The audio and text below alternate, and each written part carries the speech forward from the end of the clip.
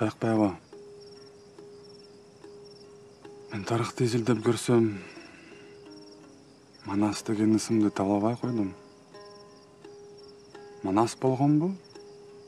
Же кыргыз эли Манастай баатырды өксөгөндөн улам ойлоп чыгарган карманыбы?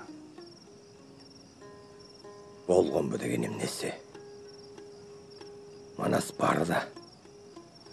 Манас болбосо кыргыз элим сакталып калат беле да, мен Манас айта алат белем. Өзүңөр таңгага түшүрүп 600 000 сап деп санап чыктыңар го.